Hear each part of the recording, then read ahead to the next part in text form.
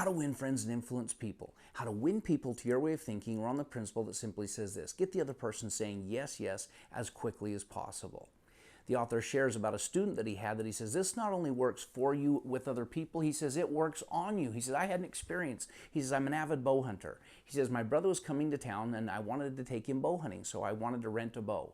He says, I called the place that I bought all my bow stuff, and they said, we don't rent bows. And he says, that was the end of the story. So he says, I hung up and I called another place, and he says, they didn't have bows either for rental. But he says, this is how he handled it. He immediately said to me, have you rented before? He said, I said, yes. He got his first yes.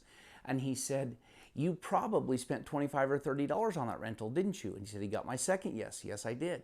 And he says, you know, we sell a bow that's only $34.95. And he says, so for $4.95, you can own the bow. He says, you probably like to save money, don't you? And he goes, I got my third yes. He said, before it was over, he says, he talked me into buying a bow, saving the money. And he said, I bought several other things. My friends, keep this in mind.